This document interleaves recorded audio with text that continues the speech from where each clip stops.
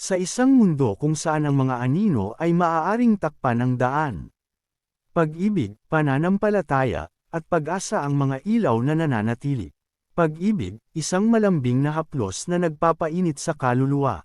Nag-uugnay ng mga puso, nagpaparamdam sa atin ng buong kumpleto. Pananampalataya, isang matibay na tulay sa panahon ng pag-aalinlangan.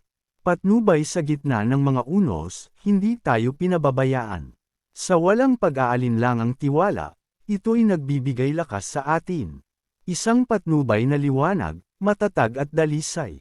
Pag-asa, isang ninggit sa pinakamadilim na gabi. Isang bulong ng mga pangarap, na nagpapainit sa ating kalooban. Ito'y nagpapalakas sa ating diwa, nagpapalitaw ng ating pagnanasa. Patungo sa mas mataas na pag-asam, nagpapalaya sa ating mga kaluluwa. Sa pagsasama-sama ng pag-ibig, pananampalataya, at pag-asa, lumilikha ng isang simpanya, magkakatugma at banal. Silang nagbibigay inspirasyon, nagpapagaling, at nagpapagkaisa sa atin. Sa kanilang yakap, natatagpuan natin ang kasiyahan na walang hanggan.